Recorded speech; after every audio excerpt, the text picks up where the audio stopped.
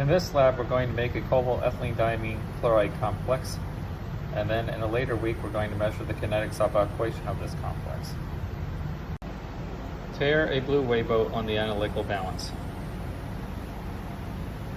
Then weigh about 6 grams of cobalt chloride hexahydrate onto the blue weigh boat.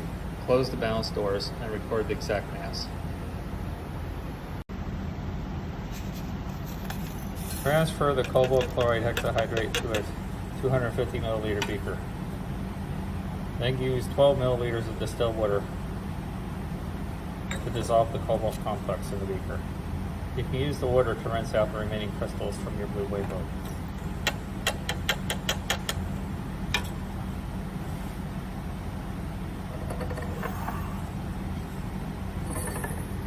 Next, add 25 milliliters of 10% ethylene diamine.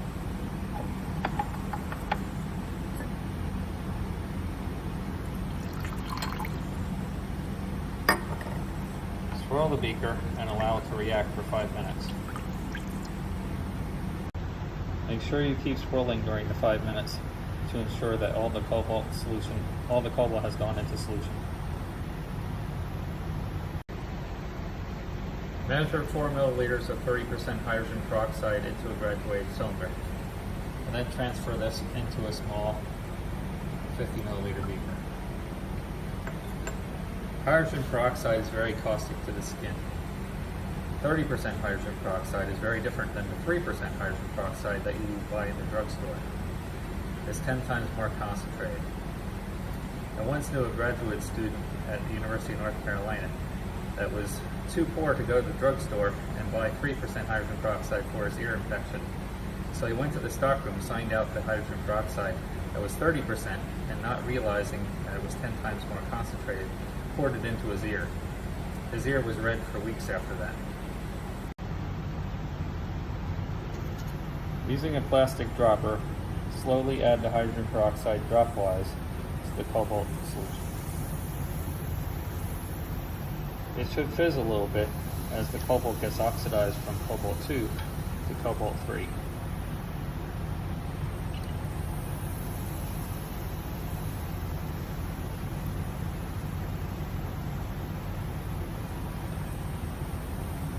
Then heat the solution gently on the hot plate until it's about to begin to boil. Cover the beaker with a watch glass while it's heating so that it doesn't boil over. As soon as the mixture begins to boil, you can remove it from the hot plate. Allow it to cool to room temperature. After it's cooled to room temperature, place it in an ice water bath and allow it to cool further. Then, under the fume hood, carefully measure out 13 milliliters of concentrated hydrochloric acid. Slowly add the hydrochloric acid to the cold solution of cobalt.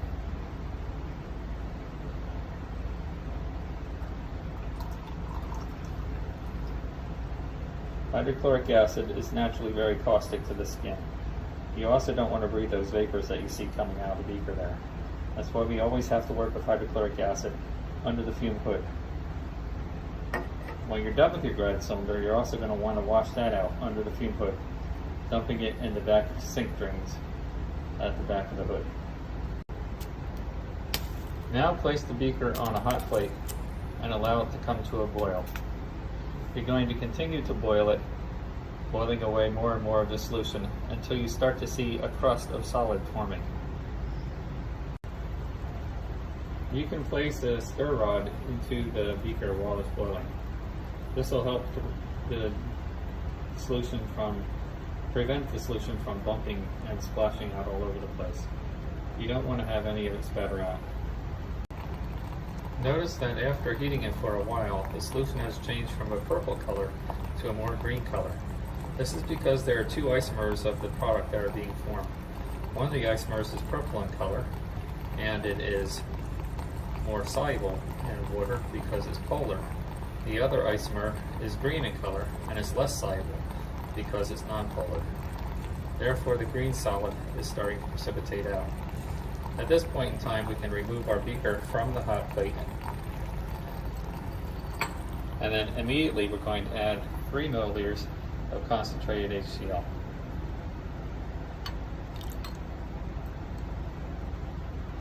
Allow the beaker to cool for 5 minutes. After 5 minutes, place the beaker in an ice water bath to cool further. While the beaker is in the ice bath, you can set up the vacuum filtration apparatus. Take your filter flask, your black rubber adapter, your Buchner funnel, and clamp it on a ring stand. Then attach the hose that comes from the vacuum trap in the back of the fume hood to the side arm of your filter flask. It helps if you wet the hose with some water first before you slide it on here. That water acts as a lubricant. Then wet a piece of filter paper. You can do this under the sink and place it inside the Buchner funnel. Press the wetted piece of filter paper down in the Buchner funnel to make sure that it's clinging to the bottom. Turn on the vacuum by opening the spigot, the yellow spigot that's underneath the fume hood that says VAC on it. Press your Buchner funnel against the black rubber adapter to make sure that you have a tight seal. Then take your solution out of the ice bath and use your rubber policeman to scrape as much of the solid as you can from the bottom of the beaker into the Buchner funnel.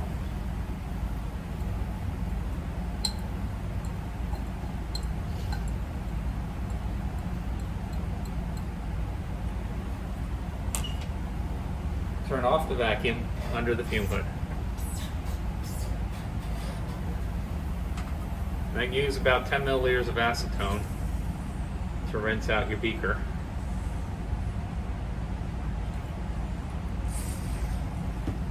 Pour this into your Buchner funnel and turn on the vacuum again to rinse your crystals.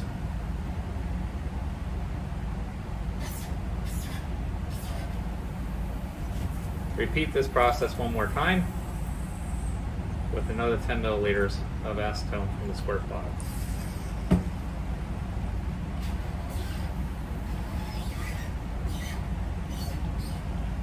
Then turn on the vacuum and allow your crystals to dry for 10 minutes.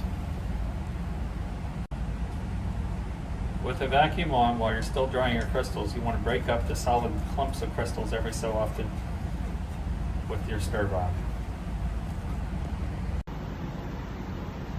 Tear a watch glass on the analytical balance. Take your green crystals out of the Buchner funnel and scrape them onto the teared watch glass. Record the actual mass of your crystals. Place your crystals on the watch glass in your locker and loosely cover with a paper towel until we need them in a few more weeks. Make sure to dump your acetone into the waste hood and then clean all of your glassware and decontaminate your area.